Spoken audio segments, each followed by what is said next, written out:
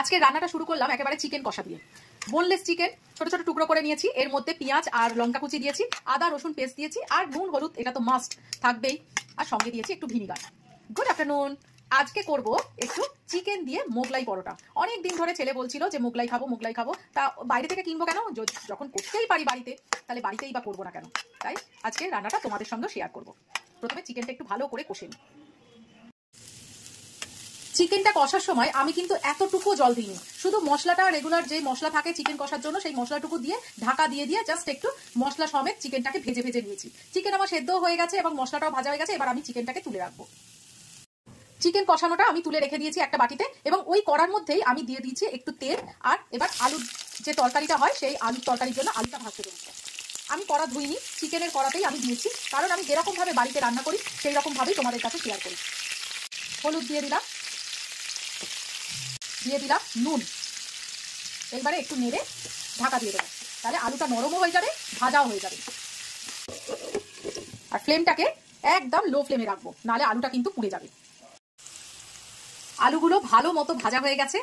এই মধ্যেই আমি দিয়ে দেবো কিছুটা পেঁয়াজ আর লঙ্কা কুচি, আর এই পাশে একটা পেস্ট দেবো যেটা হচ্ছে আদা, একটু রসুন, টমেটো আর কিছু শুকনো লঙ্কা। এটা দিয়ে ভালো করে কষে নেবো। মশলাটা ভালো মতো কষা হয়ে গেছে। এর মধ্যে আমি দিয়ে দেবো ব্যালেন্সের জন্য সামান্য একটু চিনি। আর চন্দ্রমুখী আলু বলে বেশি জল দেবো না, মিক্সির বাটি ধোয়া যতটুকু এই একটু সামান্য জল দিয়ে ঢাকা দিয়ে দেবো। আলুর দমটা আমার কমপ্লিট হয়ে গেছে। আলুর দম নয়, এটা আলুর তরকারি যেটা মোগলাই পরোটার পাশে দেয়, সেটা আমার কমপ্লিট হয়ে গেছে। এবং লাস্টে শুধু একটু কাসুরি মেথি সরিয়ে দেবো। এইবারে মোগলাইটা করার জন্য ময়দা মেখে দেবো। জাস্ট ময়দা নেবো, সামান্য একটু নুন নেবো আর জল দিয়ে মেখে নেবো, আর কিচ্ছু নয়, না গরম জল না ঠান্ডা জল, নর্মাল জল দিয়ে শুধু জাস্ট মাখবো। ময়দাটা আমি সুন্দর করে মেখে নিয়েছি। এইবারে এটা 5 মিনিটের জন্য রেস্টে রাখবো।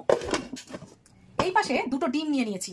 এই ডিমের মধ্যেই আমি বেশ কিছুটা বিস্কুটের গুঁড়ো দেবো। যেহেতু চিকেন দিয়ে মোগলাইটা করব, তার জন্য চিকেন দেবো, যেটা আমি অলরেডি কষিয়ে রেখে দিয়েছিলাম। দেবো কিছুটা পেঁয়াজ আর লঙ্কা কুচি, আর পরিমাণ মতো নুন। এবার এটাকে ভালো করে মিক্সড করে নেব। যেহেতু 3 জনের 3টে হবে, সেই জন্য আর একটা ডিমও দিয়ে দিয়েছি। এইবারে দেখো মিক্সারটা কেমন হয়েছে, পুরো এইরকম একটা থিকনেস হবে। এই জায়গাটা দেখো সুন্দর করে আমি পরিষ্কার করে নিয়েছি।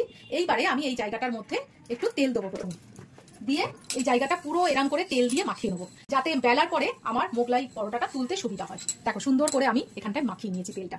এইবারে নেচি নেবো, যেরকম রুটি করি তার থেকে কিন্তু একটু বড় সাইজের নিতে হবে। এইবারে সুন্দর করে বেলে নেবো।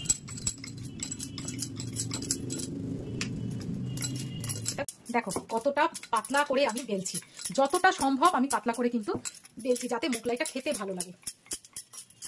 এইবারে যে মিক্সচারটা করেছিলাম সেইটা এই মাঝখানটায় দিয়ে দেবো। চিকেন না থাকলে দিতে হবে না, কিন্তু চিকেনটা দিলে কি হয়, টেস্টটা অন্যরকম একটা এসে যায়, দারুণ খেতে লাগে। এই এবারে যেরকম আগে ছোটবেলায় খাম মুড়তাম সেই রকম মুড়ে দেবো। এই সাইড দিয়ে, এই সাইড দিয়ে, এই সাইড দিয়ে, আবার এই সাইড দিয়ে। এইবারে এটাকে সুন্দর করে ধরে এইখানে ফ্রাই প্যানে তেল গরম করতে দিয়েছিলাম, এই তেলের উপরে দিয়ে দেবো। একদম লো ফ্লেমে হবে, আস্তে আস্তে। ভালো মতো মোগলাইটা হয়ে গেছে। এইবারে এটাকে সার্ভ করে দেবো। দেখো তেলটা কেমন লাগছে। অ্যাকচুয়ালি আজকে আমরা মা ছেলে দুজনেই ভাত খাবো না, ইচ্ছা হলো মোগলাই খাবো, তাই জন্যই দুপুরবেলায় করলাম। আসলে ব্যাপারটা অন্য। ছেলে আজকে পরীক্ষা চলছে, তা ছেলের পড়তে ইচ্ছা করছিল না, তা বললাম তুই ভালো করে পড়, তাহলে তোকে একটা স্পেশাল জিনিস করে দেবো। তাই আজকে এই ডিশটা করলাম আর তোমাদের সঙ্গে শেয়ার করলাম। কেমন লাগলো অবশ্যই কমেন্ট বক্সে লিখবে। দেখো কিরম যেরকম দোকানে কাট কাট করে দেয় সেরকম আমিও করে দিয়েছি। পুরো থালিটা দেখো কি সুন্দর লাগছে। টাটা।